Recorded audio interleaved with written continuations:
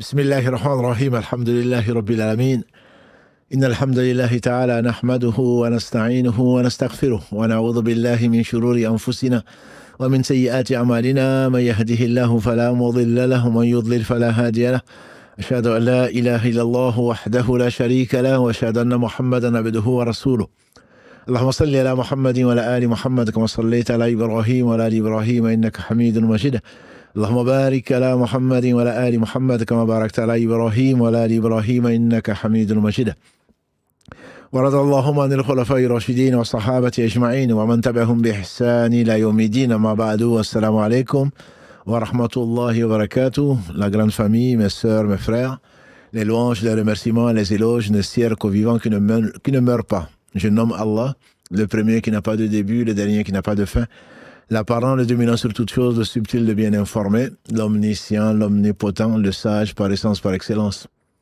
Le parfait dans son essence, dans un nom, ses attributs, dans tous ses actes qui oscillent d'une part entre sa bonté et sa générosité, sa miséricorde et d'autre part basée sur sa justice qui, elle, est elle-même basée sur son omniscience et sur sa sagesse. Nous le louons, nous revenons vers lui repentant, nous lui demandons protection contre les conséquences de nos péchés, et lui seul en sait le nombre. Et les tendances de l'âme certainement ordonne le mal, hormis celle à qui Allah a fait miséricorde. Celui qui Allah guide, nul ne saurait l'égarer. Celui qui est privé de sa guidée, nul ne saurait lui montrer le droit chemin. J'atteste donc qu'il est le seul digne d'adoration. J'atteste la véracité, de l'exemplarité, de la prophétie de Muhammad ibn Abdillah. Qu'Allah bénisse ce prophète, sa famille, ses compagnons et tous ceux qui les auront suivis dans le droit chemin et nous fasse l'honneur d'en faire partie.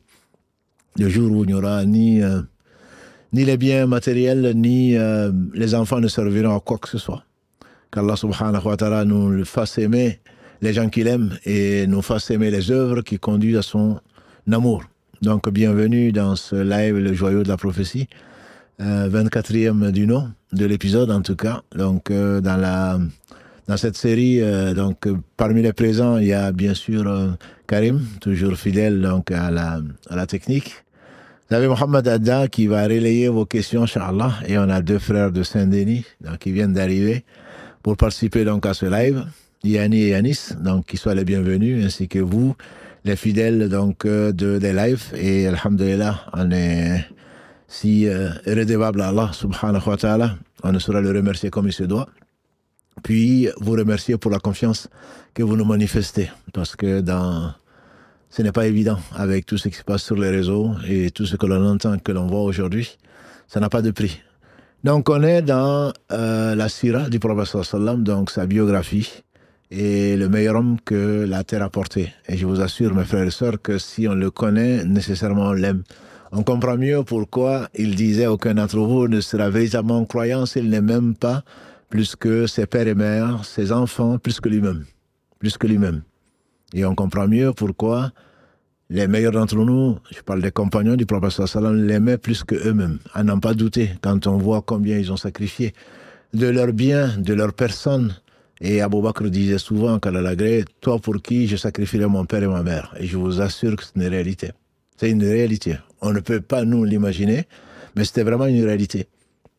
Et les plus éprouvés, ce sont les prophètes. Et ensuite, les gens qui sont les plus proches d'eux, c'est-à-dire les croyants. Et effectivement, les meilleurs ont accompagné le meilleur des hommes, qu'Allah le bénisse. Et on a vu donc la semaine dernière et les semaines d'avant comment Allah les a éprouvés après Badr et ensuite après Uhud. Et les gens sont coalisés, les confédérés pour mettre fin à ce qu'Allah subhanahu wa ta'ala a assuré donc la pérennité, à savoir sa religion. Allah subhanahu wa ta'ala a utilisé des hommes donc pour témoigner contre d'autres, utiliser des hommes pour aider d'autres, et qu'on ne peut pas remercier Allah sans remercier, comme l'a dit le prophète sallallahu alayhi wa sallam, celui qui ne remercie pas les gens ne remercie pas Allah. Donc on ne peut être que redevable à Muhammad sallallahu alayhi wa sallam, à ses compagnons, après bien entendu, et dans le seul but, quand on aime, on doit aimer que pour Allah. Et si on les aime, c'est que pour Allah subhanahu wa ta'ala, qu'Allah les aime et qu'Allah nous les fasse aimer également.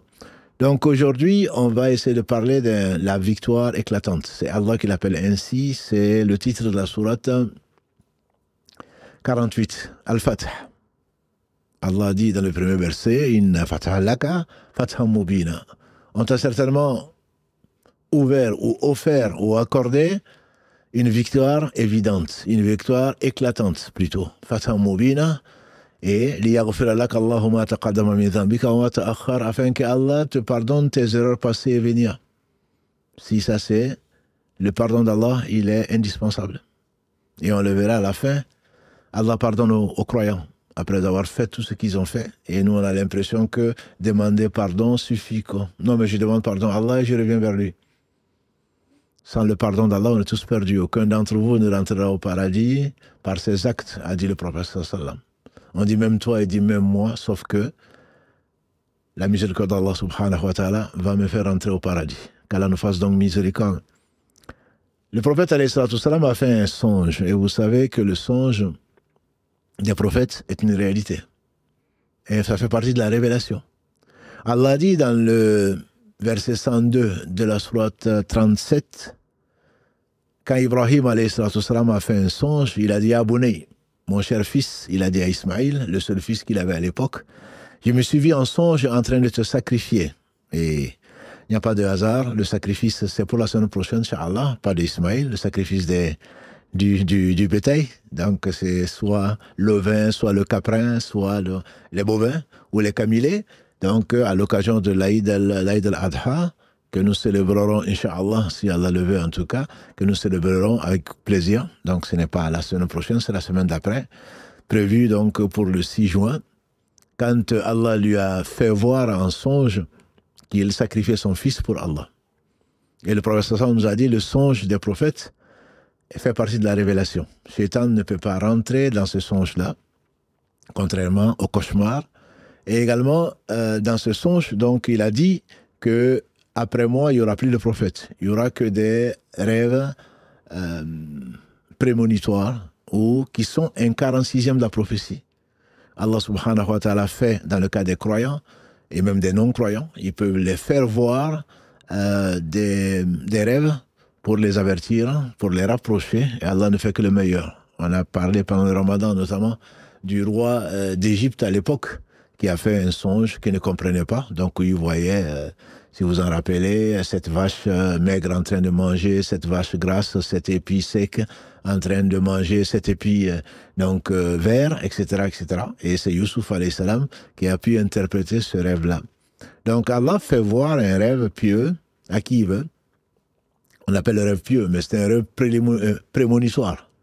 Parce qu'il sait tout, ce qui n'est pas, ce qui sera, et ce qui n'est pas, si ça avait été, ce que ce serait. Par miséricorde, il nous prépare psychologiquement à les choses. Ou il nous indique simplement qu'après la difficulté, il y a la facilité.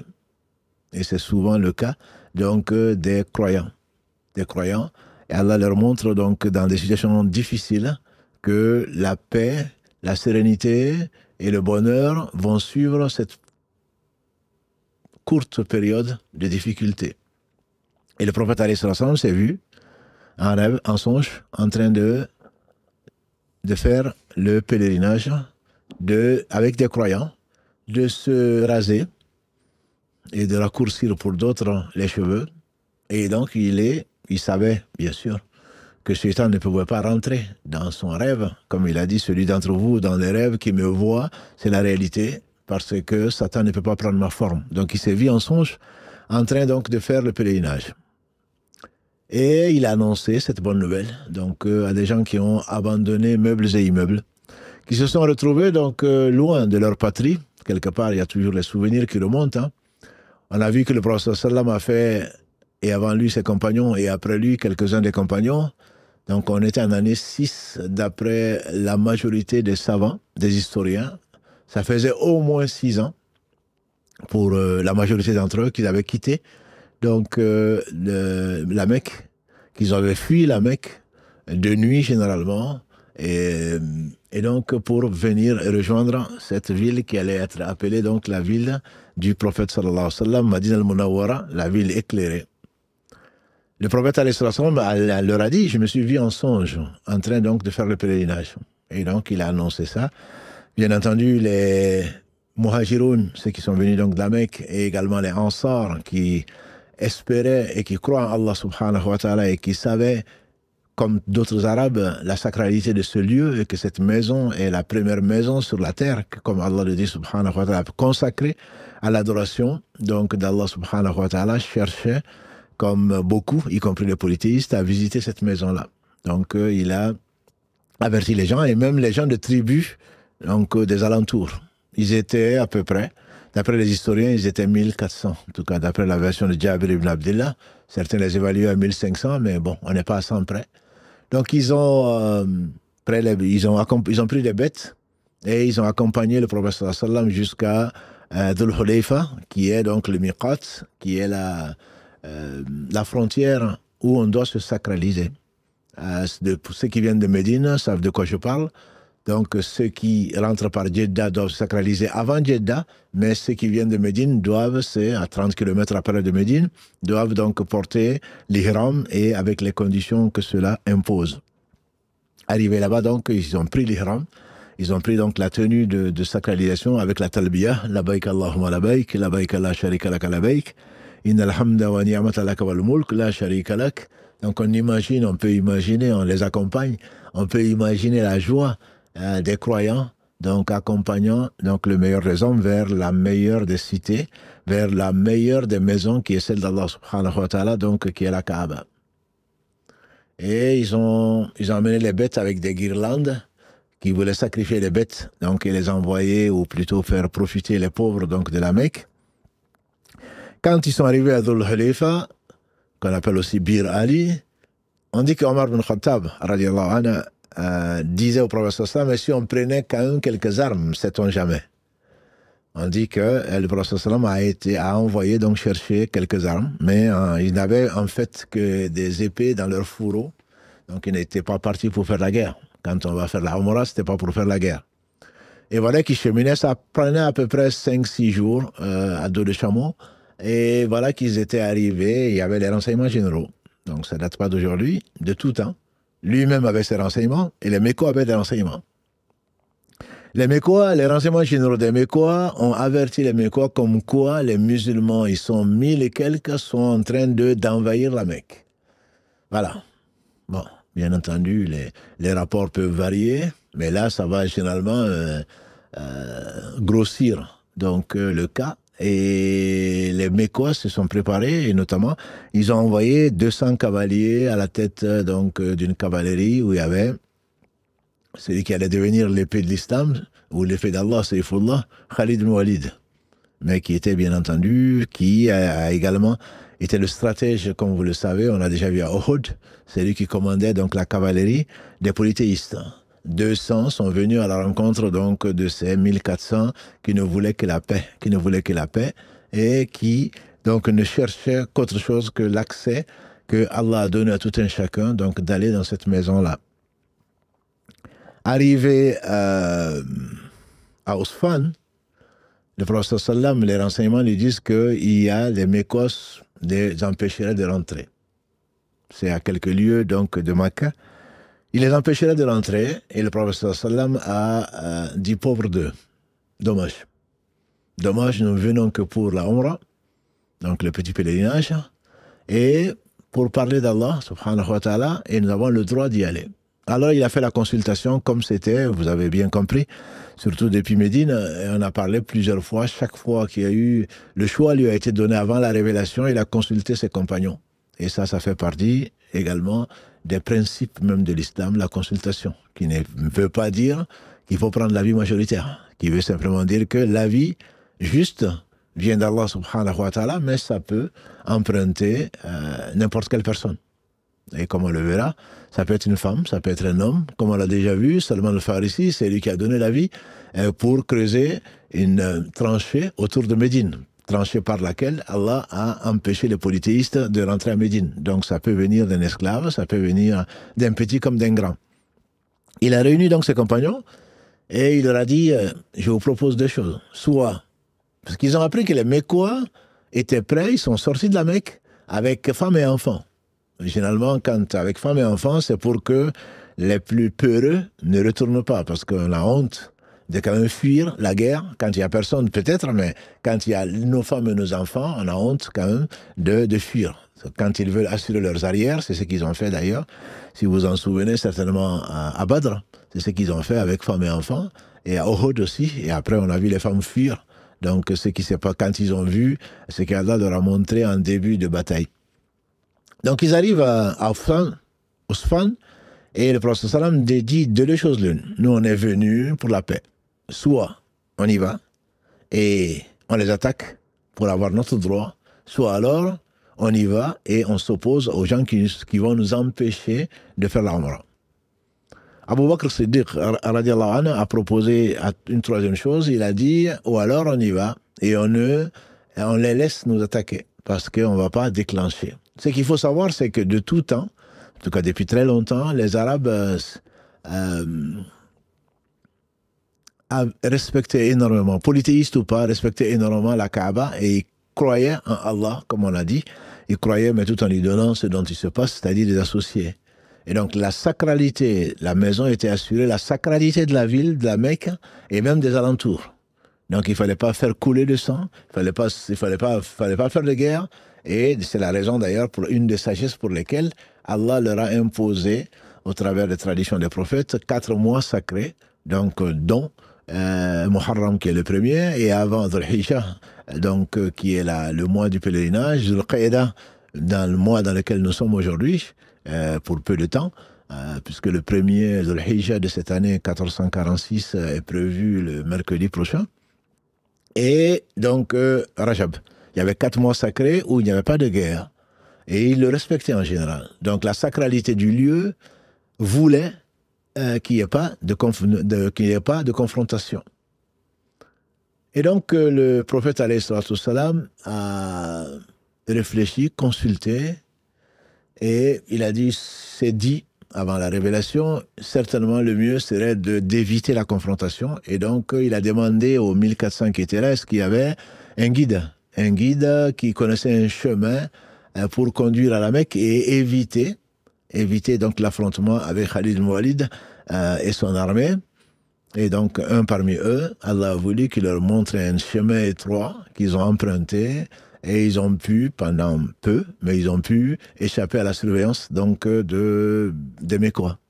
Un chemin tortueux, et arriver dans une plaine, à quelques lieux, on pense que c'est 3 à 6 kilomètres de la Mecque à l'époque, aujourd'hui certainement pas, à 3 à 6 kilomètres, donc le prophète sallam a constaté une chose, c'est que sa chamelle Qaswa, al-Qaswa, c'est braqué. C'est braqué, c'est-à-dire, elle a posé ses genoux par terre et elle s'est couchée. Ils ont dit, tiens, al-Qaswa, c'est braqué. D'autres disent, non, mais elle est fatiguée. Ils ont essayé de la pousser. Le prophète a dit, laissez-la. Celui qui a immobilisé l'éléphant, c'est lui qui a immobilisé Al-Qaswa. Ce n'est pas dans ses habitudes. Elle n'est pas paresseuse. Ça, c'est la chamelle du prophète sallam qu'on appelait comme ça. Vous vous souvenez certainement, et on le lit encore, c'est quand Allah rappelle donc, dans la sourate 105, l'éléphant. Alam tara kayfa fa'ala rabbuka bi ashabil fil. N'as-tu pas vu comment Allah a agi avec les gens de l'éléphant? C'était Abraha, donc le vice-régent du Yémen à l'époque chrétien, qui voulait détruire la Kaaba. Et on avait, dans les premiers épisodes, on avait parlé, et c'est l'année pendant laquelle le prophète sallam est né. C'était pas pour cela que l'éléphant est venu, mais on appelle, comme les grands événements, on dirait l'année du Covid. Ce qui a marqué les esprits. Donc les Arabes avaient tendance à les prendre comme date de repère. Et dans différents pays, on dirait l'année de la grande sécheresse, l'année où il y a eu ceci, l'année où il y a eu cela. Donc en Arabie, on connaissait l'année de l'éléphant, puisque Allah subhanahu wa ta'ala a interdit à Abraha et à son armée donc de rentrer de la Kaaba. L'éléphant qui était en avant-garde, chaque fois qu'on l'orientait à gauche ou à droite, l'éléphant marchait. Et c'était, on dirait aujourd'hui, ils n'étaient pas très courageux. C'était des chars qui les protégeaient. Et donc là, ils mettaient les éléphants devant et qui écrasaient tous sur leur passage. Et donc l'éléphant guide a refusé d'aller vers la Mecque. Il allait à droite, il allait à gauche, il allait derrière, mais il refusait d'aller donc devant. Et c'est sur ces entrefaits qu'Allah a envoyé donc une armée d'oiseaux Alam tara kayfa fa'ala rabbuka bi ashabil fil, alam yaj'al kaydahum fi tadlil, n'a-t-il pas mis leur stratagème donc en déroute? Wa arsala alayhim tayran ababil, il leur a envoyé donc une nuée d'oiseaux, tarmihim bi hijaratin min sijil, qui les bombardait donc avec des petits pois, des petites pierres donc d'argile. Faja'alahum ka'asfin ma'kul, il a détruit cette armée-là, il en a fait une paille desséchée. Voilà, donc c'est Allah qui a maîtrisé, bien sûr, comme il maîtrise toutes choses. C'est lui qui a empêché l'éléphant de marcher. Et donc c'est également Qaswa, si il s'est braqué, ou s'est braqué plutôt, parce que Chamel, c'est que c'est Allah qui a voulu qu'elle ne marche plus. Et il a dit, alayhi salatu wassalam, si les Quraysh me demandent quoi que ce soit aujourd'hui, j'accepterai de négocier. Parce que ça veut dire que c'est Allah qui a agi directement. Comme il le dit notamment dans la sourate 8, comme on a vu, c'est quand tu jetais de la poussière, cette poussière qu'il avait jetée avant la bataille de Badr, et cette poussière a atteint juste une poignée de poussière qu'il a jetée, et ça a atteint les yeux de tous les polythéistes qui étaient présents donc sur le champ de bataille. Et là, c'est Allah qui agit, qu'on le veuille ou qu'on le veuille pas, et celui qui est attentif aux signes d'Allah comprend que Allah ne fait que le meilleur, et par conséquent, il dit aujourd'hui, si Qaswa, Allah a décrété qu'elle braque ici, ça veut dire que Allah ne veut pas qu'on aille à la Mecque cette année. C'est comme ça qu'il a conclu. Et donc, si quelqu'un devait faire des concessions, ce serait moi. Et il avait confiance, bien sûr. Celui qui connaissait le mieux son Seigneur, c'est celui qui avait le plus confiance en son Seigneur, subhanahu wa ta'ala. Et là, Allah subhanahu wa ta'ala a envoyé quelqu'un de Khuza'a. Khuza'a, c'est une des tribus qui était alliée avant donc même l'arrivée du prophète sallam avec les Banu Hashim, qui est la tribu donc du prophète sallam. Et Khuza'a, donc il y avait Budayl qui a été, avec les Khuza'a, essayé de négocier, entre guillemets, de servir d'intermédiaire ou d'émissaire. C'est comme aujourd'hui, hein, vous entendez beaucoup de choses entre l'Ukraine, la Russie et machin, les émissaires, les cessez-le-feu. C'est exactement la même chose, mais il y a bien longtemps. Voilà, ils n'ont pas inventé la roue. Hein. C'est comme ça que ça s'est passé, donc entre les États et entre les hommes.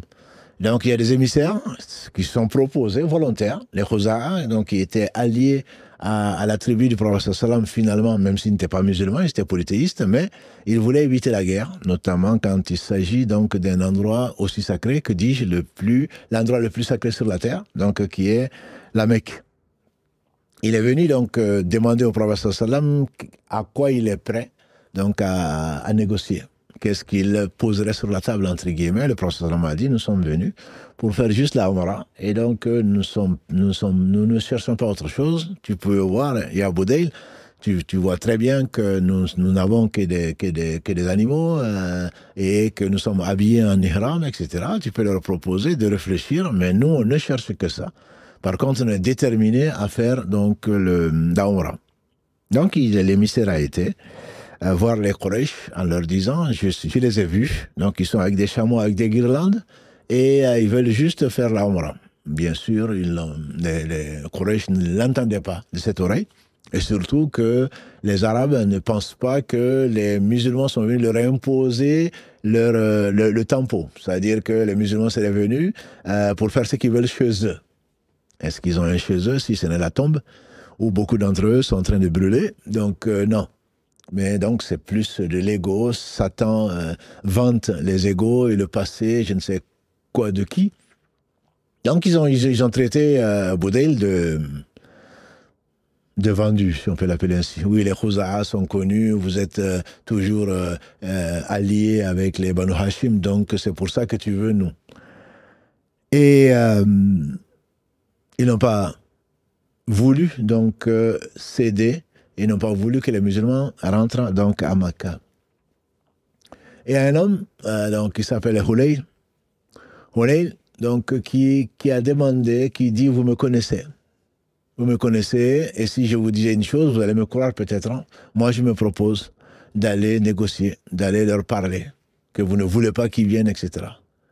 Et donc, on l'a mandaté. Il a mandaté pour négocier, entre guillemets, que les musulmans repartent tranquillement sans qu'il y ait de guerre. Dès que le prophète a vu Hulays, il a dit, ça c'est quelqu'un qui respecte les rites du pèlerinage. Certainement par la révélation, je ne sais pas s'il le connaissait ou pas. Toujours est-il qu'il était un fin connaisseur des hommes et surtout il avait la révélation.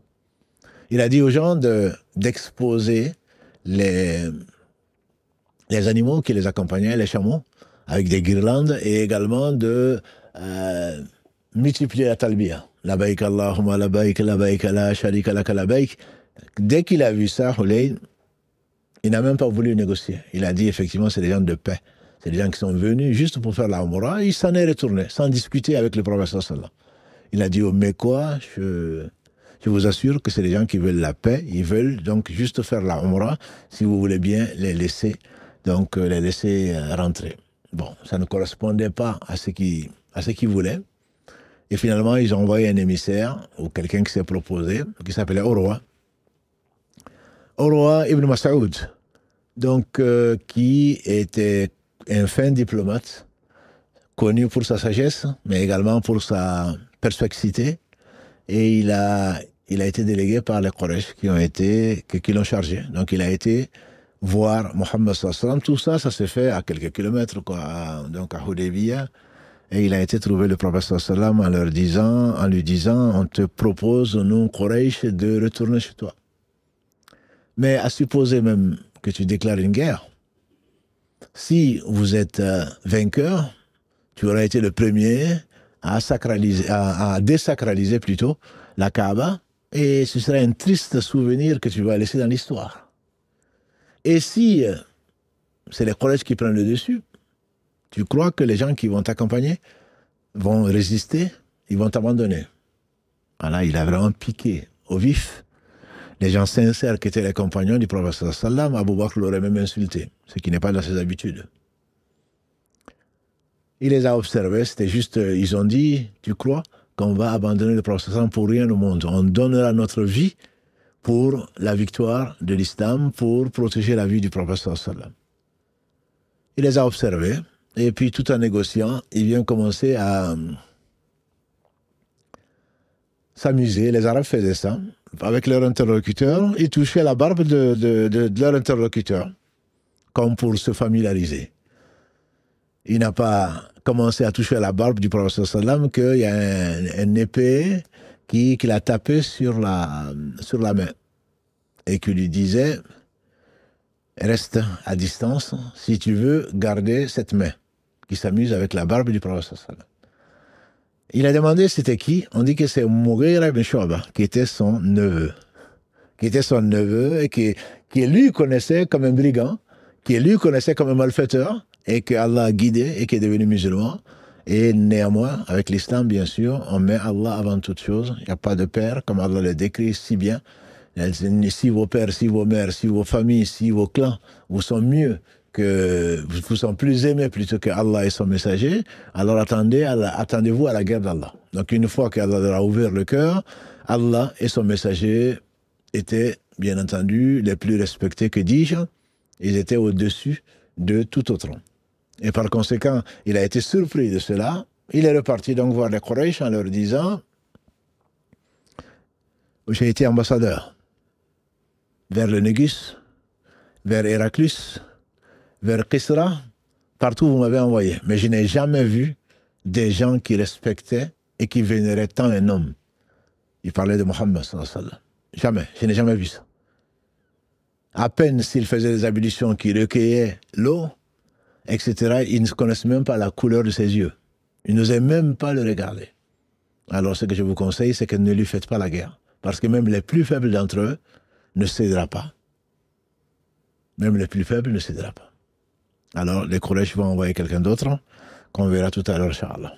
Quant au prophète sallallahu alayhi wa sallam, vu donc que ça traînait en longueur et que les émissaires des Quraysh repartaient sans vraiment apporter de véritables propositions, il a envoyé un Khouzaï, donc qui a été les trouver. Et à la Mecque, et qu'on a pris en otage et qui voulait même tuer parce qu'il osait venir défendre la cause des musulmans. Et comme ils avaient quand même peur de la guerre contre les Khuza'a, finalement, ils l'ont laissé repartir. Et le prophète sallam a demandé à Omar ibn Khattab d'aller donc négocier avec eux pour les rassurer, pour leur dire qu'ils n'étaient venus que pour l'Umrah. Omar ibn Khattab dit si c'est un ordre, j'y vais.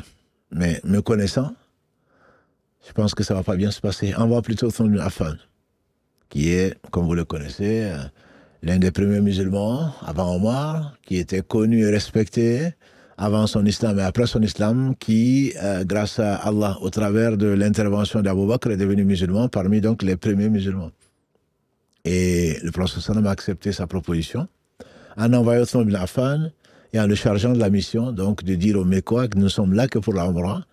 Laissez le prophète sallam venir, il ne va pas juste parler aux Mécois, puisque c'est pour ça qu'il a été envoyé, c'est pour ça que vous l'avez chassé également, et rien d'autre.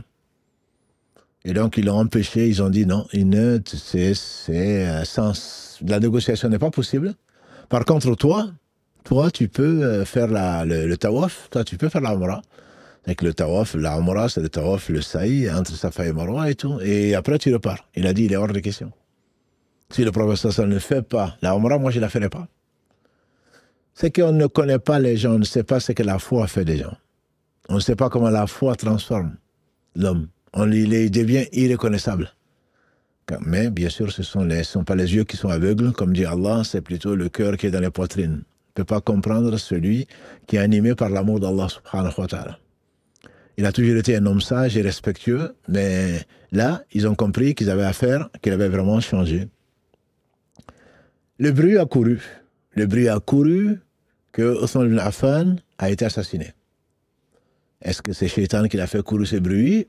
Bref, Allah éprouve qui veut. C'est un bruit qui a couru et le prophète sallam a rassemblé donc les 1400 à peu près qui l'accompagnaient et ils se sont engagés, ce qu'on appelle donc Bayat Ridwan, le serment d'allégeance de la satisfaction.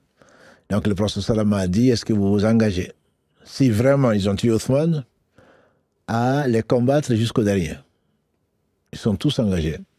Et le premier qui a fait la bay'a, le serment d'allégeance, s'appelle Abu Siman as-Sa'di, et ensuite les autres ont suivi. Il y a même Ibn Aqwa qui a fait 3 fois le serment d'allégeance. On ne peut pas imaginer ce qui peut animer les hommes qui ont vraiment des convictions. On ne peut pas imaginer. Et donc, le prophète sallam a pris sa main droite sur sa main gauche, il dit, ça c'est le serment d'allégeance de Othman. Et les gens qui étaient là, bien entendu, il y avait tous les meilleurs. Il y avait Abu Bakr Siddiq, il y avait sur les 1400, on ne peut pas imaginer que le prophète sallallahu alayhi wa sallam ait quitté Médine sans être accompagné par tout cela. Il y avait Omar, il y avait Abdurrahman ibn Auf, il y avait Saad ibn Abi Waqqas, parmi les 10 qui ont été promis au paradis dans le même hadith. Il y avait Ali, bien sûr, ibn Abi Talib. Donc tout cela, ce sont les meilleurs des compagnons. Et des gens ennemis de Dieu, ennemis d'eux-mêmes, ils disent que Othman n'était pas là. Oui, bien sûr, il ne pouvait pas être là puisqu'il était à la Mecque, puisqu'il avait été délégué par le prophète sallam, et que le prophète sallam lui-même dit, prend l'une de ses mains sur l'autre en disant, ça c'est le serment d'allégeance d'Othman. Bon, c'est sûr que quand on est menteur, quand on fait de la calomnie comme ils l'ont fait, on en a déjà parlé à Badr, les ennemis d'Allah et les ennemis d'Othman disent qu'il n'a pas été à Badr. Oui, il n'a pas été à Badr. C'est le prophète sallam qui a dit de rester s'occuper de sa fille. La fille du prophète sallam qui était son épouse. Et quand ils sont revenus de Badr, Othman venait d'enterrer la fille du prophète sallam. C'est pour cela qu'il faut faire très très attention. Il n'y a pas que les réseaux sociaux. Il y a des vendeurs de rumeurs, des vendeurs de la mort, je dirais, des menteurs.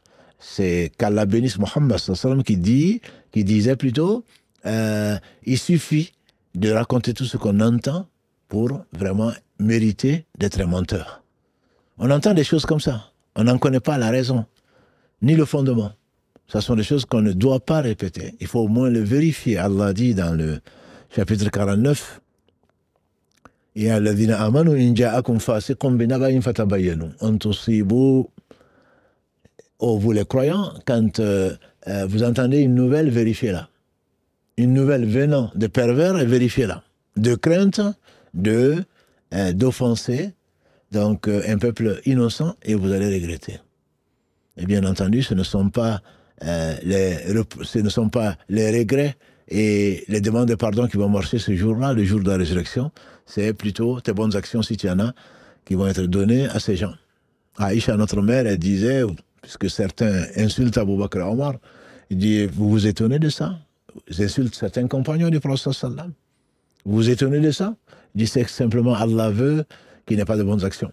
Que le peu qu'ils ont fait comme bonnes actions, Allah les prenne et qu'il les donne à ses compagnons, à ses nobles compagnons. Je ferme la parenthèse. Et sur ces entrefaits, une fois qu'ils ont fait ça, Allah les a, si vous vous rappelez, et je vous invite pour cette semaine à lire, à vivre avec le Coran, à lire la sourate 48. En effet, dans les versets 18 et 19 de cette sourate 49, de cette sourate 48, Al-Fath, Allah dit لقد رضي الله عن المؤمنين إذ يبايعونك تحت الشجرة فعلم ما في قلوبهم. Allah a été satisfait. Allah a agréé les croyants quand ils ont fait le serment d'allégeance sous l'arbre. C'est ce qu'on appelle donc Béat Ridwan. Et Allah les a dépeints à la fin donc de cette sourate-là. Mais également, le prophète sallam nous a dit, c'est que Allah lui a révélé sur ses compagnons. Allah les a agréés. Le prophète sallam, il a dit, les gens qui ont fait ce serment d'allégeance, Allah les a pardonnés. Comme il a pardonné à ceux qui sont revenus vers lui. Allah les a pardonnés complètement. Il a dit également, aucun de ceux qui ont fait serment d'allégeance sous l'arbre, ce jour-là, le feu ne va le toucher. Aucun. Et ils font partie des meilleurs des hommes. Déjà, les compagnons en général. Il a dit également, ce sont les meilleurs hommes après les prophètes. Mais ceux qui ont fait ce serment d'allégeance, les 1400, ce sont les meilleurs encore de ceux-là. Ils ont fait l'émigration, ils ont accepté, partagé meubles et immeubles s'ils en avaient, y compris leur famille, ils les ont logés, ils ont leur même proposé de partager leurs richesses, ils les ont même proposé de divorcer avec leurs femmes pour leur donner comme épouse. Et ils ont prié dans les deux directions, vers Jérusalem comme vers la Mecque. Et toi, tu assis sur ton fauteuil, tu commences à commenter et à parler de ces gens-là. Et tu espères autre chose que la malédiction d'Allah, subhanahu wa ta'ala.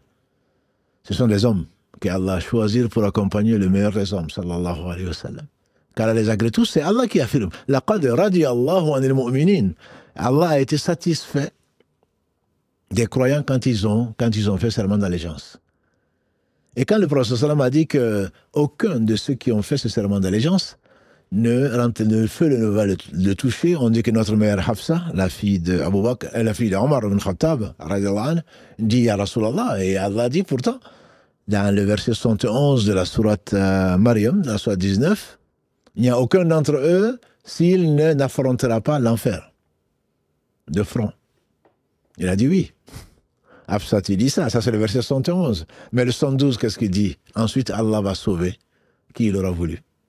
C'est-à-dire, la plupart des savants pensent que ce verset fait allusion au pont qui est jeté sur l'enfer, plus fin qu'un cheveu, plus tranchant qu'un épée, et que les gens vont passer en fonction de la vitesse à laquelle les gens vont franchir ce pont sera proportionnelle à leur foi et à ce qu'ils ont fait. Certains vont passer comme l'éclair, d'autres vont passer comme des nuages, d'autres vont passer comme un cheval de course, d'autres vont passer comme quelqu'un qui court vite, d'autres vont ramper, mais la plupart des gens vont tomber dans l'enfer. Mais pas cela.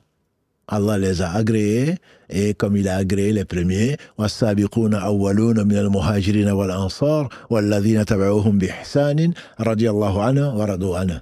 Allah a dit les premiers parmi les émigrés et les gens qui les ont reçus, les Ansar, et ceux qui les ont suivis dans l'excellence, qu'Allah nous compte parmi ceux-là.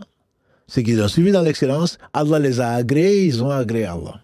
Et il les a promis ce qu'il leur a promis. Verset 100 de la sourate 9. Verset 100 de la sourate 9. Quand on parle des compagnons du prophète sallam, on parle des hommes. On ne parle pas d'un troisième sexe, on parle des hommes. Et parmi eux, des hommes très valeureux et des femmes très valeureuses. le minimum, c'est qu'on les respecte, y compris pour eux. Allah a été satisfait d'eux. Si toi, tu n'es pas satisfait d'eux, certainement que Allah n'a pas été satisfait de toi. Et sur ces entrefaites, disais-je, le Suhail ibn Amr, on l'a vu arriver. Suhail ibn Amr. Je vous avais dit il y a peut-être 2 semaines, c'est ce qu'on appelle le bon présage. Suhail, en arabe, ça vient de Sahel. Sahel, ça veut dire facile. Et le prophète, quand il a vu que c'était Suhail ibn Amr, il a dit, Allah va faciliter cette affaire. C'est comme tu te réveilles, il y a un magnifique soleil, toi qui aimes le soleil, tu dis, ah, aujourd'hui, il va faire beau aujourd'hui et je vais réussir mon affaire. Mais ce qui est interdit dans l'islam, ce n'est pas ça, c'est pas l'optimisme. Un musulman doit être optimiste. Mais ce qui est interdit, c'est le mauvais présage. C'est le tatayur, c'est le fait de regarder l'horoscope ou de regarder les oiseaux voler, d'où le nom de tatayur. Les Arabes avant, quand ils voulaient faire un projet, quand ils voulaient voyager en particulier, ils scrutaient le ciel, ils voyaient un groupe d'oiseaux, et puis si l'oiseau va à droite, ils disent que ça va être bien, s'il va à gauche, ils retournent sur leur pas en disant que ça veut dire que le voyage ne sera pas bon. Bon, c'est le loto, quoi. Voilà, s'il va à droite, s'il va à gauche, je vais gagner, je ne vais pas gagner. Non, c'est le jeu de hasard, Allah l'interdit. Par contre, l'optimisme, le prophète sallam dit, par contre, j'aime le fi'l. C'est quoi? C'est l'optimisme. Suhail, si c'est Suhail, bien sûr que Allah a facilité les choses. S'il n'y a pas de hasard, il s'appelle Suhail. C'est que c'est la petite facilité, si on peut l'appeler ainsi. Et en effet, Suhail qui vient négocier avec le prophète sallam, et l'histoire est longue, elle est belle, il vient négocier, et donc avec le prophète sallallahu alayhi wa sallam, ils ont 6 points que je vais résumer en 4. Et donc le prophète sallallahu alayhi wa sallam, devant les compagnons, a signé donc un pacte qu'on appelle le pacte de Hudaybiyah. Aujourd'hui, on l'appellerait un cessez-le-feu, que d'aucuns appellent de leur vœu. Un cessez-le-feu. Et le prophète sallam a appelé Ali ibn Abi Talib, son cousin et valeureux compagnon du prophète sallam. Il lui dit d'écrire. Donc il prend un parchemin, il commence à écrire Bismillahir Rahmanir Rahim. Suhail, qui n'était pas musulman, et qui dit moi je ne connais pas Rahman, moi. Ça, ce sont des choses que vous avez inventées. Dit Bismika Allahumma. C'est comme ça qu'écrivaient après les Arabes. On a dit, voilà, in sa'altahum man khalaqa as-samawati wa al-ard la yaquluna Allah. Et croyant Allah, si tu leur demandes à Muhammad sallallahu alayhi wa sallam qui a créé les cieux et la terre, ils disent c'est Allah. Donc ils croyant Allah, ils disent d'écrire Bismika Allahumma par ton nom ô Allah. Et pourquoi Bismillahir Rahmanir Rahim? Allah Rahman Rahim, nous on ne connaît pas. Le prophète sallallahu alayhi wa sallam a dit Ali, écrit Bismika Allahumma. C'est étonnant aujourd'hui. Hein? Ça c'est le messager d'Allah sallallahu alayhi wa sallam. C'est derrière la lettre, il y a un esprit. Et il dit, écrit de Muhammad Rasulullah, ça c'est un contrat entre Muhammad Rasulullah et Suhail ibn Amr, le représentant des Quraysh. Et Ali avait déjà écrit que Suhail dit non. Dis simplement, non, tu refuses de t'appeler Muhammad ibn Abdullah, ton père s'appelle Abdullah. Nous, on ne te connaît pas sous le nom de Rasulullah, sinon on ne t'aurait pas combattu. Écris plutôt, Muhammad, ça c'est un pacte signé entre Muhammad ibn Abdullah et Suhail ibn Amr. Ça c'est clair. Et pas Muhammad Rasulullah. On dit que Ali a hésité pour effacer. Parce que s'il a dépassé les limites, quoi. C'est le messager d'Allah, accepte. Et on dit que le prophète sallam lui a demandé, puisqu'il ne savait ni lire ni écrire, de lui montrer la partie pour que lui-même il enlève et qu'il soit remplacé par Muhammad ibn Abdullah, sallallahu alayhi wa sallam. Et donc ces points sont essentiellement, la première, c'est donc que cette année, ils ne vont pas faire l'Umrah. Ils vont retourner à Médine et que l'an prochain, ils reviendront. Donc c'est les Quraysh qui auraient décidé le tempo. C'est les Quraysh qui disent tu viens chez nous, tu viens pas chez nous, tu viens quand, etc. Ils viendront avec juste des épées dans leur fourreau et pendant 3 jours, on va les laisser profiter de la Mecque et eux, ils vont quitter la Mecque pour lui laisser donc la Mecque pour qu'il fasse juste la Umrah et après les 3 jours, il retourne à Médine. Deuxième point, pendant 10 ans, il y aura un cessez-le-feu. Cessez-le-feu pendant 10 ans. Aujourd'hui, on cherche une semaine. Pendant 10 ans, il y aura un cessez-le-feu. Donc, il n'y aura pas de guerre, d'escarmouche même, entre les Quraysh et les musulmans, et les musulmans. Troisième point, c'est que ceux qui veulent s'allier aux Quraysh sont libres de s'allier. Ceux qui veulent s'allier aux musulmans sont libres de s'allier aux musulmans. Et donc, sur ces entrefaits, les Khuza'a, les Banu Khuza'a, dont on a parlé tout à l'heure avec Fudayl ou d'autres, ont accepté de s'allier avec les musulmans.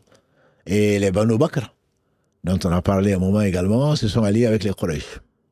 Quatrième point, c'est que les gens qui vont quitter la Mecque pour venir à Médine, pour cause d'islam, seront renvoyés à la Mecque.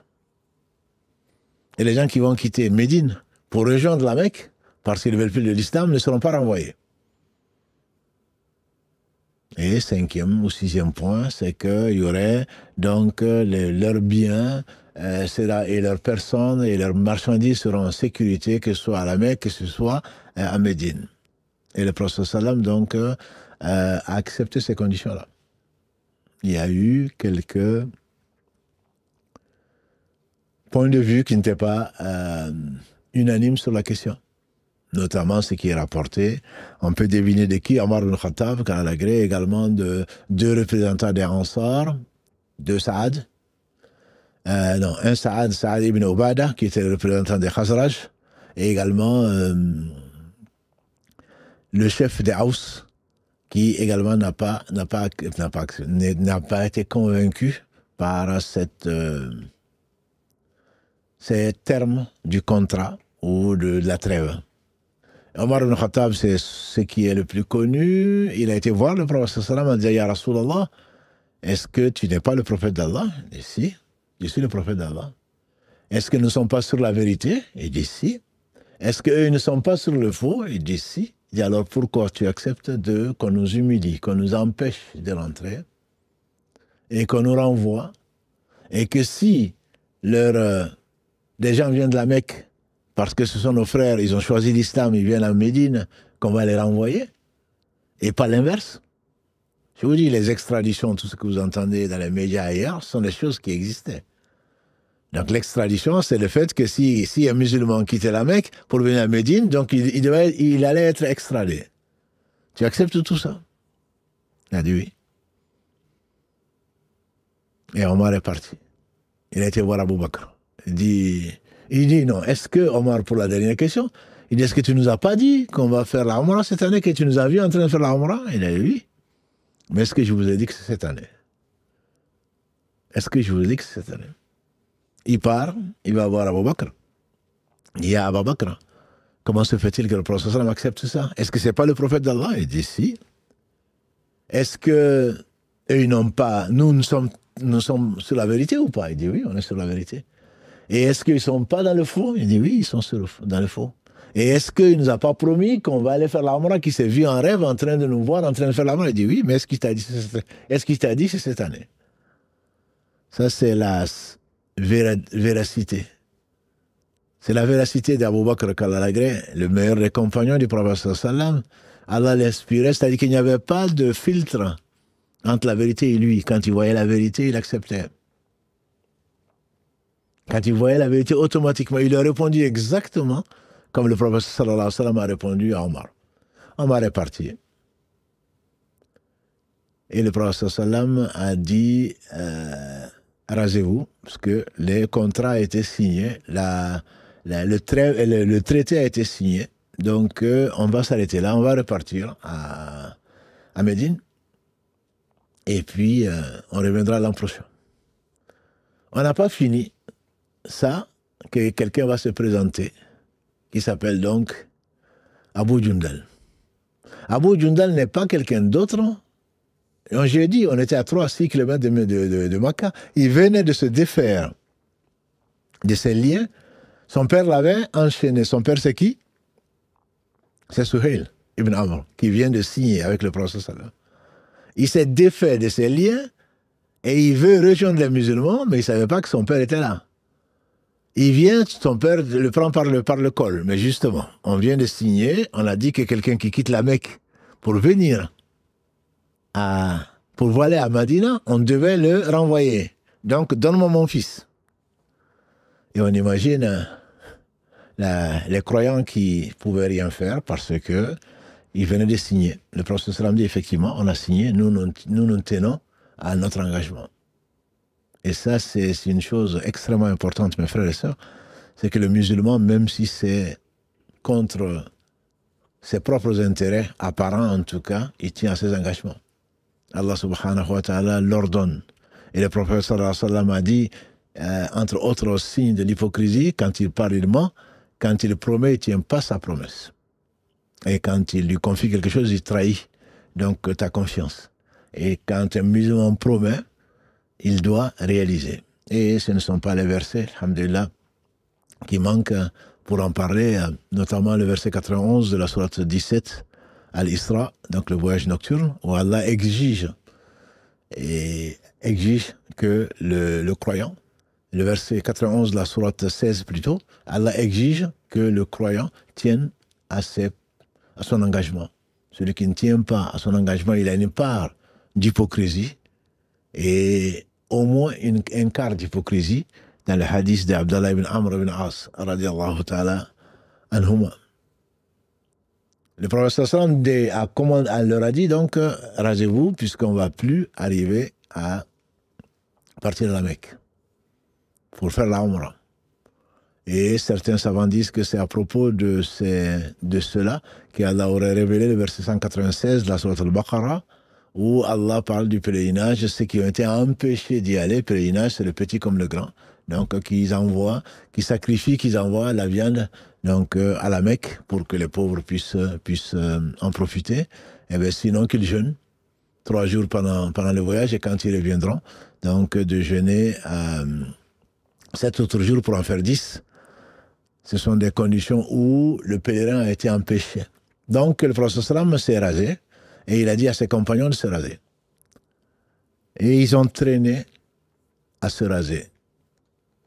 Le prophète sallam est rentré sous sa tente. Il était accompagné par notre mère Salama, qu'Allah l'agrée, dont on a parlé. Hind, une femme très courageuse et très croyante, qu'Allah l'agrée. Et le prophète sallam vient voir Hind, il lui dit, Salama, ton peuple sera détruit. Ils ont désobéi au prophète d'Allah.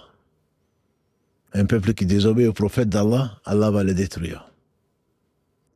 Elle dit, Ya Rasulallah, sallallahu alayhi wa sallam, mais si tu sortais toi-même, tu sortais, tu leur as ordonné de le faire, mais si tu sortais, tu appelais devant tout le monde ton barbier pour qu'il te rase, pour qu'il te coupe les cheveux.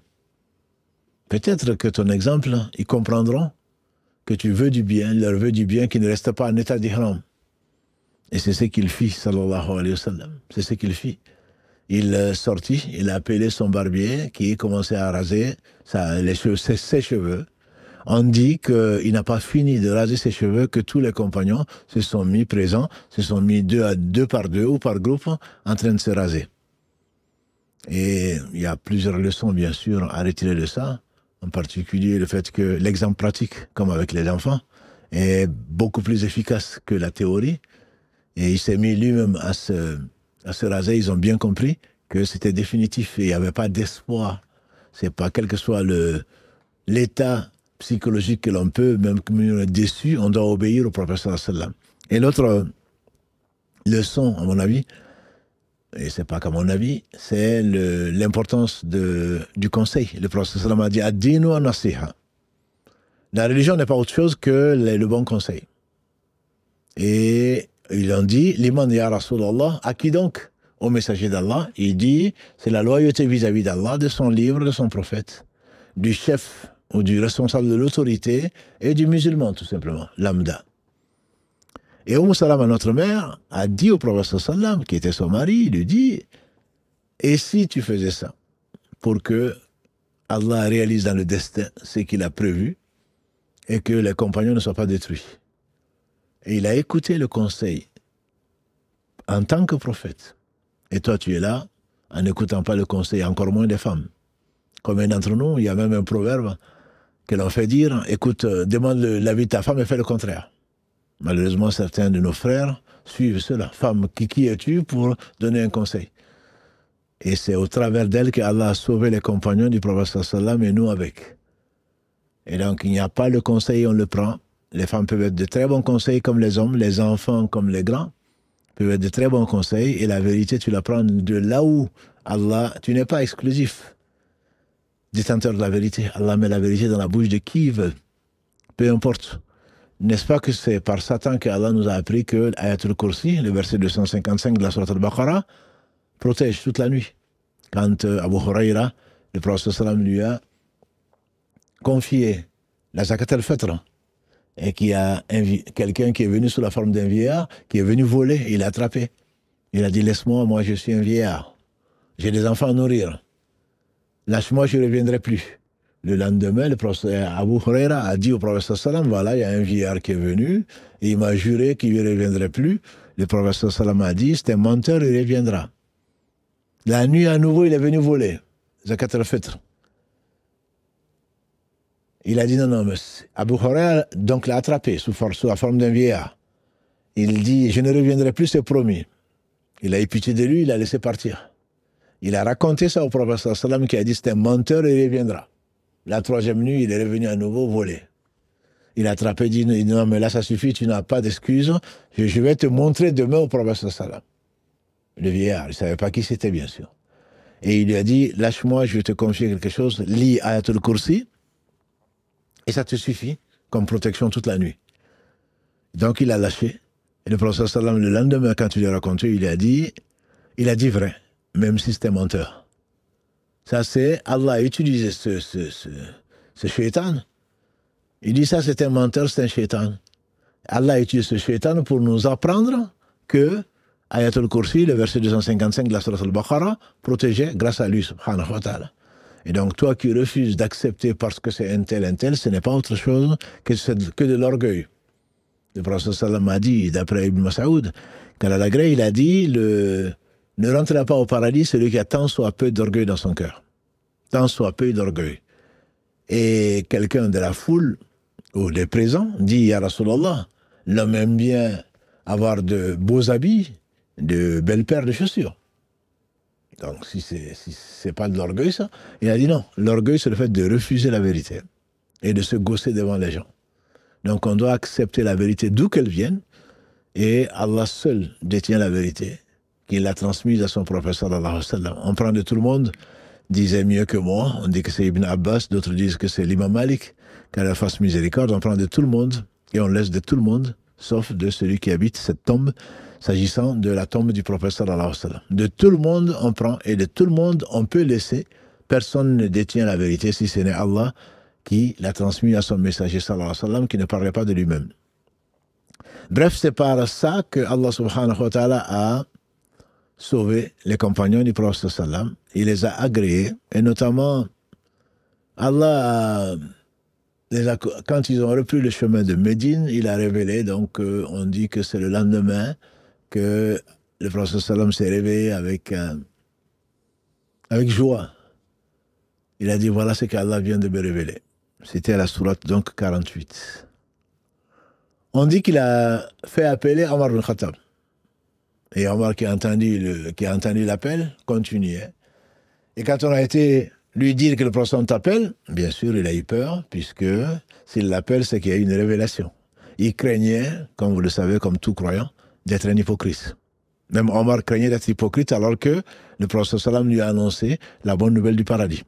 S'il y avait un inspiré dans sa communauté, après les prophètes, Allah désignait des inspirés. S'il y en avait dans sa communauté, Muhammad sallallahu alayhi wa sallam, ça aurait été Omar.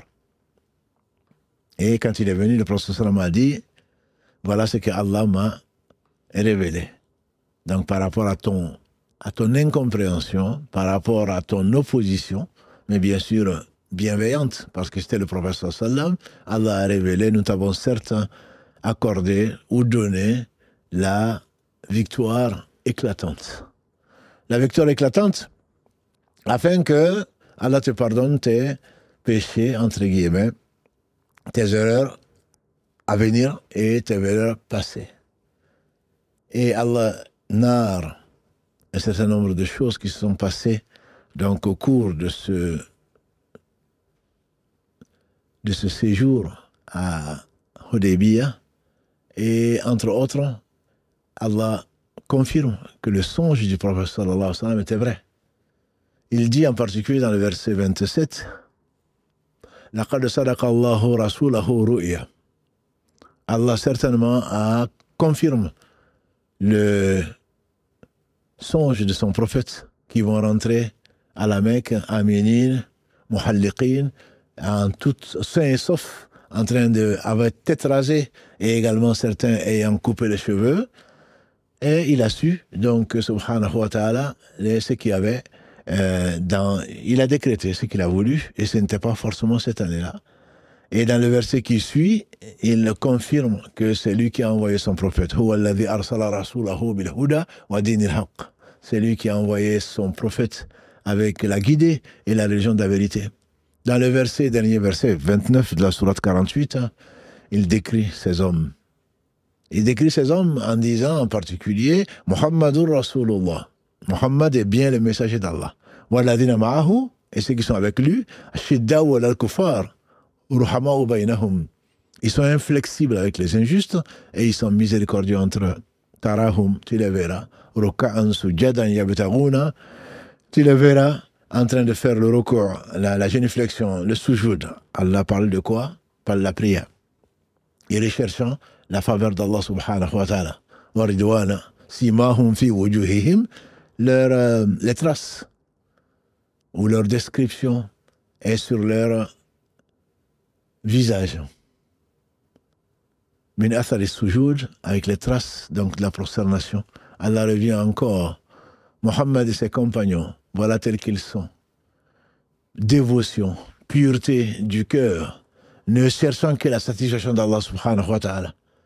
Et Allah confirme que ça, il l'avait déjà décrit dans la Torah. Ça, c'est l'exemple qu'il leur a donné dans la Torah. Que viendront des gens qui ne craindront qu'Allah, qui aimeront Allah au-dessus de tout.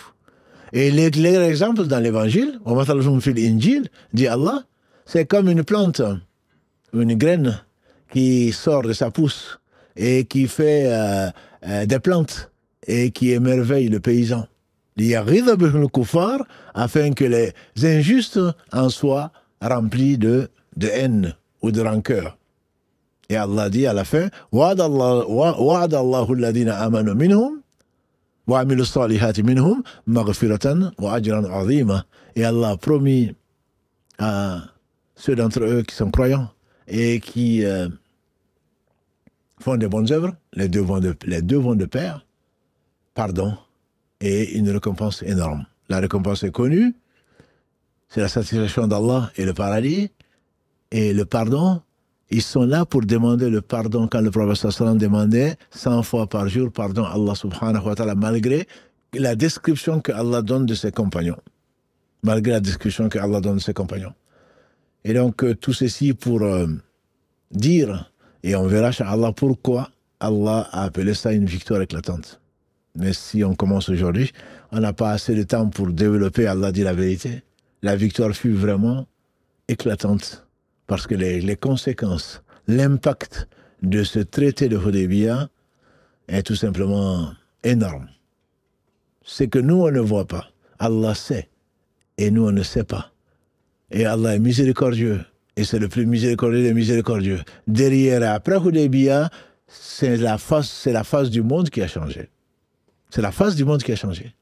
Au travers donc de ce que l'on ne comprend pas, même des hommes, je dis bien des hommes, comme Omar ibn Khattab ou Saad ibn Ubada ou d'autres, des compagnons du prophète sallam n'ont pas compris pourquoi le prophète sallam a accepté tout ça. Et Allah dit ensuite que c'est une victoire qui est éclatante. Et Allah sait et nous on ne sait pas. Derrière le mal, il y a souvent un très grand bien. Et ce bien, ils l'ont constaté. Ils savaient que Allah subhanahu wa ta'ala est véridique. Il savait que Allah ne faisait que le meilleur. Simplement, parfois, c'est difficile à comprendre. Mais qui es-tu pour comprendre? Tu ne comprendras que ce que Allah a voulu, subhanahu wa ta'ala. Et il y a de sagesse derrière tout ceci. Allah, subhanahu wa ta'ala, n'est pas là, comme il dit, il n'est pas à vous dévoiler le ghaib de ce qui va arriver. Il vous promet une chose, sa promesse est vraie. Vous vivez des choses.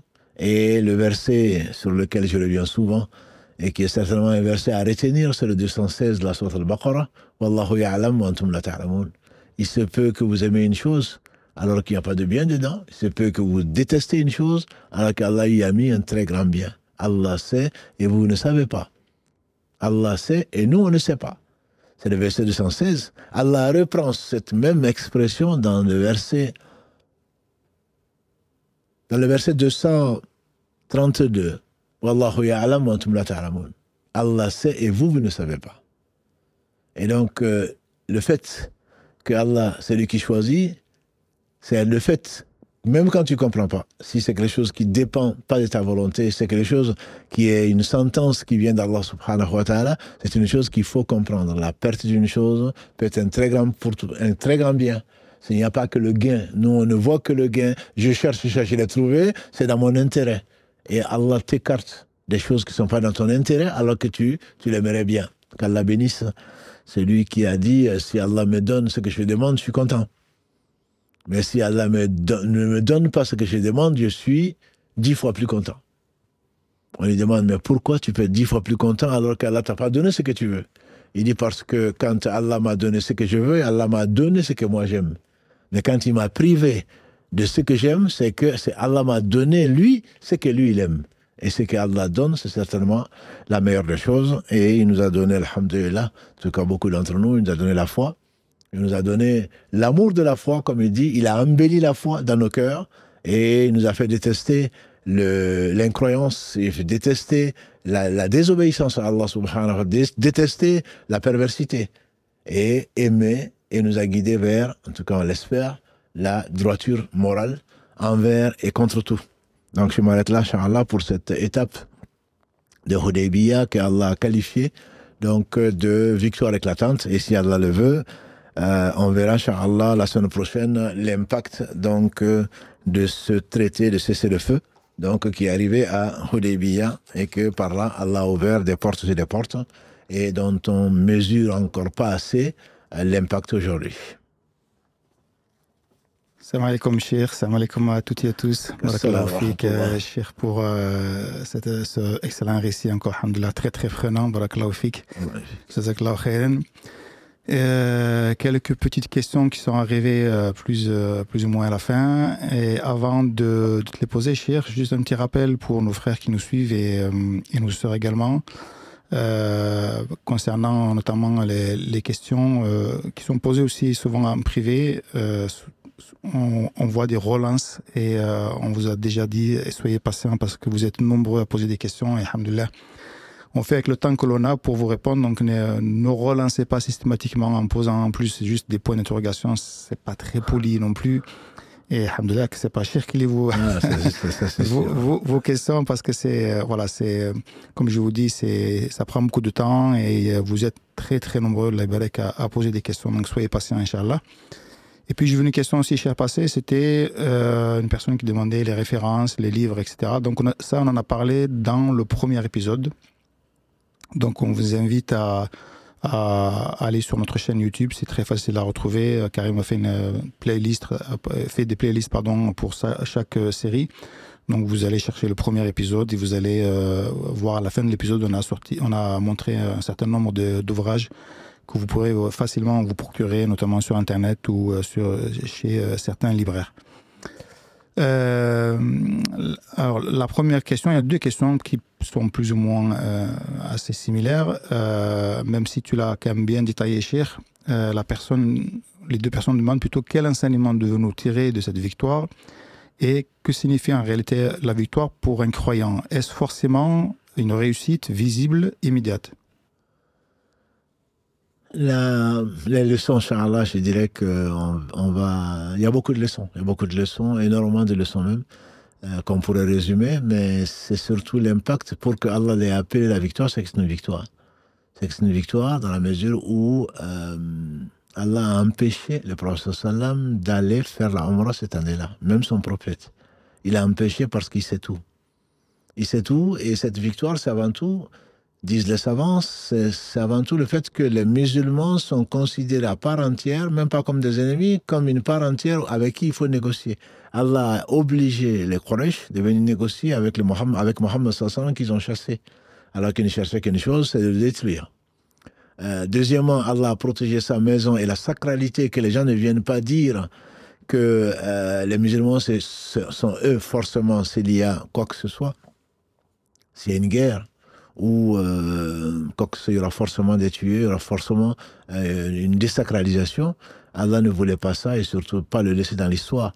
Une troisième raison potentielle, mais qui n'est même pas potentielle, Allah le dit dans le verset 24 de la sourate 48, Allah dit subhanahu wa ta'ala, n'eût été le fait qu'il y avait des croyants que vous ne connaissez pas et qui ne pouvaient pas se montrer parmi les polythéistes, Allah les aurait, de la Mecque, Allah les aurait donc châtiés d'une façon exemplaire. Donc il y a des gens dedans, et on le verra après, Inch'Allah, à qui Allah a fait miséricorde, et finalement, qui sont devenus musulmans après, dont Khalid ibn Walid, dont Amr ibn As, des grands notables que Allah a utilisés ensuite pour le servir, lui qui n'a besoin de rien. Donc il y a beaucoup de sagesse donc, derrière, et dont on parlera la semaine prochaine. Par contre, qu'est-ce que c'est qu'une victoire? On a vu l'homme qui a été atteint, si vous en souvenez, Abdul Jabbar, qui a été atteint par un lâche. Quand ils ont été trahis, il a dit « Fuztu wa Rabbil Kaaba ». Je ne sais pas si vous en souvenez, dans cette même salle, il a dit « J'ai réussi et par le Seigneur de la Kaaba ». Celui qui l'a trahi et qui l'a tué, il a dit « Mais comment il a dit qu'il a réussi ?» Il dit « Il a réussi parce qu'il cherchait le martyr ». Ceci a amené son assassin à devenir musulman. C'est que ce n'est pas les mêmes repères. La réussite, c'est quoi? Est-ce qu'il y a une réussite dans ce bas monde? Il n'y a pas vraiment de réussite dans ce bas monde. La réussite, c'est de traverser ce monde sans se perdre. Et la victoire, je me rappelle cette histoire de ce jeune homme que vous connaissez certainement, le très beau hadith, c'est très long, que vous pouvez trouver dans l'explication de la sourate 85, Al-Ukhdud, le fossé, de ceux qui ont été tués, parce qu'ils disaient croire en Allah subhanahu wa ta'ala. Ils ont été وَمَا نَقَمُوا مِنْهُمْ إِلَّا أَن يُؤْمِنُوا بِاللَّهِ الْعَزِيزِ الْحَمِيدِ. Et on les a tués que parce qu'ils croyaient en Allah, le Al-Aziz, le puissant, et le digne de louange. Dans ce commentaire-là, il y a un très long hadith rapporté par l'imam Muslim, où il y avait un jeune homme. Bon, on est parti pour une autre histoire. Il y avait un jeune homme, donc, voilà, on va juste essayer de la raccourcir. Un jeune homme, donc, il y avait un roi qui avait un sorcier. Je pense que vous connaissez l'histoire. Il y avait un roi qui avait un sorcier, et puis qui était vieux. Et donc, le sorcier lui a demandé de lui envoyer un jeune homme pour qu'il lui transmette sa science, si on peut parler de science, avant qu'il ne meure. Bon, l'histoire, elle est belle, elle est longue. Toujours est-il que, finalement, Allah a montré un signe à ce jeune homme, puisqu'il y avait une bête qui bloquait la route. Et lui, quand il allait chez le sorcier, ce qu'il entendait lui plaisait. Quand il allait en passant, il voyait un moine ou quelqu'un isolé en train d'adorer Allah qui lui enseignait des choses aussi. Alors il était confus, comme ça arrive souvent. Comme disent souvent les sœurs, je suis perdu. Ils ne savent pas qui avait raison. Et puis Allah a suscité une bête qui barrait la route aux gens. Il a pris une pierre, il dit, oh mon Dieu, aujourd'hui je saurai qui du sorcier ou du moine a raison.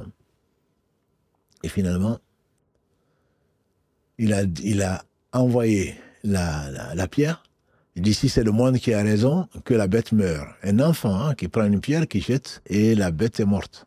Il a su que c'était le moine donc, qui avait raison.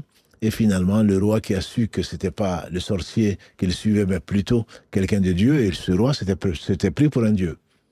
Il a voulu l'assassiner par différents moyens, il a envoyé une armée avec lui sur une montagne, Et le jeune homme a dit à Allah, débarrasse-moi de tes ennemis par les moyens que tu veux. La montagne tremble, elle se met à trembler et les gens sont morts. Et il revient seul.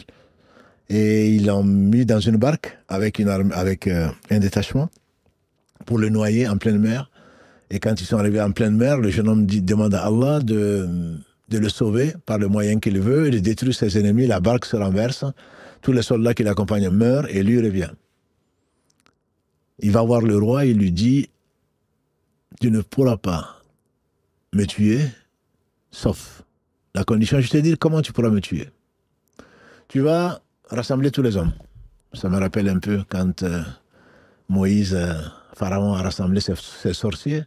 Il dit « Tu vas rassembler tous les hommes et tu vas prendre une flèche que tu vas m'envoyer en disant par le Dieu du Roulam.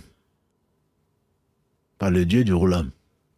Ce n'est qu'à cette condition-là que tu pourras me tuer. » Il n'avait pas le choix parce qu'il voulait tuer ce jeune homme. Et le peuple était réuni. Et donc il a envoyé une flèche et par le Dieu de ce Roulam. Et la flèche lui a transpercé le cœur et il est mort. Et c'est tout le peuple qui dit que l'homme en question, c'était avant nous. Hein. L'homme n'était pas Dieu. Donc il y a un Dieu, le Dieu du Goulam, c'est le La ilaha illallah qui a surgi des cœurs de tout un chacun. La victoire, c'est quoi? Est-ce que c'est parce qu'il est mort? Est-ce que c'est le roi qui a gagné? Ou est-ce que c'est le jeune homme qui a gagné? Le jeune homme a gagné dans la mesure où ce qu'il cherchait en fait, c'est faire parvenir le message d'Allah. Ce n'est pas en tuant le messager. Ça, je peux le dire à nos politiques et à tout un chacun. Ce n'est pas en tuant le messager que tu as tué le message. Les prophètes ont été assassinés, à tort, bien sûr. Les croyants ont été perturbés, les croyants ont été persécutés. Mais ce n'est pas ça qui va enlever le message. Le message, il est le message d'Allah. Donc, que tu calomnies, que tu attaques, que tu tues qui tu veux, ça ne change pas. Les messagers ont été tués pour un message qui n'est pas le leur. Ils ont été envoyés par Allah. Ils ne sont persécutés que pour cela. Donc la vraie victoire, c'est de quitter ce bas monde soumis à Allah. Si tu as eu ça, et lui, après sa mort, il a fait son appel au peuple a été bien plus attendu, mais le prix, ça a été sa mort. Donc il ne s'agit pas bien sûr d'un suicide, simplement c'est pour dire que la vraie victoire du croyant, c'est le fait de rester ferme sur sa croyance et de mourir alors qu'Allah était satisfait de lui. C'est ça la victoire. Et donc ce n'est pas forcément sur les réseaux sociaux, c'est pas forcément d'avoir un nom, une rue à son nom, c'est pas forcément autre chose. La vraie victoire, c'est ce que tu cherches. La victoire, c'est quoi? Si on va demander à une équipe que je ne citerai pas aujourd'hui, la victoire, c'est de gagner. Voilà. C'est pas d'avoir un trophée. C'est pas de laisser un nom. Non, la vraie victoire, c'est de mourir avec la satisfaction d'Allah subhanahu wa ta'ala. C'est ce que recherchaient les compagnons du prophète sallam et cela leur a été annoncé de leur propre vivant. Donc la vraie victoire, à mon sens, du peu que j'ai appris, la vraie victoire est celle-là. Parce que nul d'entre nous n'est garanti de mourir musulman. Nul. Allah l'accorde à qui il veut et ce sera vraiment la victoire. Barakallah fik, Cheikh. Donc, si je comprends bien, est-ce que c'est pas forcément visible immédiatement, comme la question le posait, c'est pas palpable non plus, ça peut être sur de longues années par la suite. Là, c'est sur de longues années, mais également la victoire, c'est tous les jours. En réalité, c'est-à-dire que la victoire, c'est pour cela que certains disent que le combat le plus acharné et quotidien, c'est la victoire sur toi-même. La victoire sur la peur. La victoire sur la triche. La victoire sur la désobéissance. La victoire sur le péché. Tu dois être content chaque fois qu'Allah t'a donné la force de ne pas lui désobéir. Ou chaque fois que Allah t'a permis de l'obéir, de l'adorer, c'est une victoire sur ton nafs. Inna nafsa la amaratun bisu illa ma rahima rabbi. 53, verset 53 de la sourate 12. Je le répète souvent. Quand la femme de l'Aziz dit « je ne me purifie pas », l'âme ordonne le mal sauf celle à qui Allah a fait miséricorde. Et donc, la victoire, c'est tous les jours. Il n'y a pas de petite victoire. Mais la vraie victoire, entre guillemets, c'est sortir de ce bas monde sans y laisser son âme, parce que ce sera soit au paradis, soit l'enfer. Et donc, la vraie victoire, c'est la victoire sur toi-même, sur ta colère. Quand le prophète sallam dit, l'homme fort n'est pas celui qui terrasse ses ennemis. L'homme fort, c'est celui qui, quand il est en colère, il arrive à se maîtriser. Donc ça, c'est une victoire. Il n'y a pas de petite victoire. Donc chaque fois qu'on a une tentation, pourquoi Youssouf alayhi salatu wassalam a été victorieux, est sorti victorieux, pourquoi parmi les 7 qui seront sous l'ombre du trône d'Allah le jour du jugement dernier, il y en a 7. Ces 7, chacun, et dont l'homme à qui une femme belle et noble s'est proposée, qu'il a dit « je crains Allah », cet enfant qui a vécu et qui a été éduqué dans l'islam, ce roi qui, malgré sa force, malgré le pouvoir qui a été donné, n'a pas été injuste. Donc c'est le roi juste. Celui dont la main gauche ne sait même pas ce que la main droite a donné, c'est-à-dire une victoire contre l'avarice. Voilà, donc tout est victoire. C'est tous les jours. Il ne faut pas négliger la victoire. Mais par contre, si la vraie victoire, c'est effectivement de traverser donc, ce monde sans se perdre grâce à Allah subhanahu wa ta'ala. Une autre question qui a été posée concernant la sourate La victoire éclatante, où il est dit pour que Dieu vous pardonne vos péchés passés et futurs. Comment interpréter cela? Le prophète sallam a dit tout fils d'Adam est soumis à l'erreur. Et les meilleurs d'entre eux, c'est ceux qui se repentent. En réalité, ma sœur, si tu as posé la question, mon frère, c'est que je reviens souvent dessus, on comprend mieux, le remerciement, on a été créé pour le remerciement. Allah dit dans le verset 78 de la sourate 16, Wallahu akhrajakum min butuni ummahatikum la ta'lamuna shay'a wa ja'ala lakum as-sam'a wal absara wal af'ida la'allakum tashkurun. Allah vous a fait sortir des ventres de vos mères alors que vous n'étiez rien. Il vous a équipé de la vue, de lui et du cœur afin que vous soyez remerciants. On dit que le prophète, quand il sortait des lieux d'aisance, une des invocations, c'est Ghufranak, ton pardon au Seigneur. C'est que le fait de passer un instant en oubliant, entre guillemets, Dieu, et on est tous oublieux, quelque part c'est un péché. Et Allah dit dans le verset 61 de la sourate 16 et dans le verset 45 de la sourate 35, si Allah s'en prenait aux gens pour ce qu'ils ont fait comme injustice, il n'aurait pas laissé sur la terre un seul être humain. C'est que nous considérons comme rien.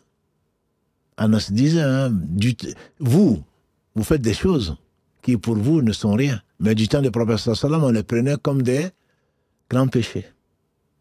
Et Ibn Mas'ud disait, quand vous faites des choses, juste c'est comme si une mouche se posait sur votre nez. Donc on la chasse comme ça. Alors que nous, ces mêmes actes, on considérait comme si on était au bas d'une montagne qui allait s'écrouler sur nous. C'est-à-dire que toute désobéissance, même involontaire, représente quelque chose un manque de remerciement d'Allah. Le fait d'oublier de remercier Allah pour ce qu'on respire, pour ce qu'on voit, pour ce qu'on mange, pour ce qu'il nous permet de faire, tout ceci, on ne peut pas remercier Allah comme il se doit, comme le disait le prophète sallallahu. Donc il ne s'agit pas bien sûr de péchés que l'on peut imaginer nous. Il s'agit, le prophète sallallahu, il s'agissait des États. On a déjà vu, je ne sais plus dans quel, je pense c'est le live du mercredi peut-être, hein. Le prophète sallallahu a dit mon cœur parfois est distrait et je reviens vers Allah repentant. Donc, ce que nous on appelle péché, c'est pas les prophètes sont infaillibles. Dans la transmission de la mission, les prophètes sont infaillibles. C'est pour cela qu'Allah dit amanu ati'u Allah wa ati'u Rasul. C'est-à-dire, vous les croyants, obéissez à Allah et obéissez aux prophètes quand vous obéissez à Allah. Parce que le prophète, c'est le signe de confiance. Le prophète ne parle pas de lui-même. Et donc, il est infaillible dans ce qu'il ordonne dans la religion. Mais il se peut, comme il dit, que son cœur ne soit pas comme il le souhaite, parce qu'on ne saurait jamais remercier Allah comme il se doit. Et ça peut être un relâchement, entre guillemets, pas bien sûr dans la parole ni quoi que ce soit, mais lui, son relâchement ne correspond pas, bien entendu, à notre relâchement. Nous, on peut passer combien de temps?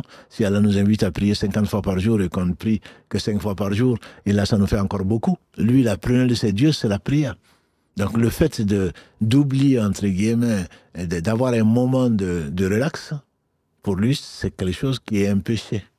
Voilà, c'est comme ça qu'il faut le voir, mais certainement pas comme une désobéissance. Non, certainement pas. Ils ont été envoyés pour ça. Allah les a protégés. Et il a dit chacun d'entre vous à son shaitan. On dit même toi, il dit oui, même moi. Sauf que Allah l'a soumis. Et il ne m'ordonne que de bien. Hadith rapporté par l'imam musulman. Donc il ne s'agit pas, on ne peut pas imaginer que le prophète sallallahu alayhi wa sallam ait fait un péché dans le sens de désobéissance à Allah. Hasha lillah, jamais. Barakallahu fik, Cheikh. On va dire que c'était la dernière question un peu sur le sujet. J'ai une question qui n'est pas vraiment sur le sujet, mais tu en as un peu parlé au début, puis parce que la semaine prochaine, c'est bientôt, on rentre dans Dhul Hijjah. La personne pose la question, le Hajj, c'est une invitation d'Allah subhanahu wa ta'ala. Comment expliquer qu'il y a aussi des hypocrites qui font le Hajj? Comment interpréter cela? Non, mais c'est relativement simple. Hein. Comment interpréter les épreuves qu'on a? C'est une épreuve pour eux. C'est-à-dire les hypocrites, ils le font pour se faire voir et Allah va les récompenser. Ils ont bien envie qu'on dise qu'il s'appelle Hajj. Dans certains pays, les commerces, c'est Hajj Intel. Voilà. Est-ce qu'ils l'ont fait pour Allah ou pas? Je ne le mettrai pas. Voilà, je ne mettrai pas ma main à couper. Et donc, ce n'est pas... c'est une invitation, c'est-à-dire Allah les éprouve par cette invitation-là. Qu'est-ce qu'ils vont en faire? Le Hajj, c'est vraiment quelqu'un qui a fini, entre guillemets, qui croit en Allah, en son messager, qui fait sa prière, qui donne sa zakat, qui jeûne et qui cherche que les portes de bien. Et Allah l'invite. Si il répond à l'invitation, mais l'invitation, c'est pas seulement le fait d'aller, surtout aujourd'hui. C'est pas le fait d'aller à la Mecque.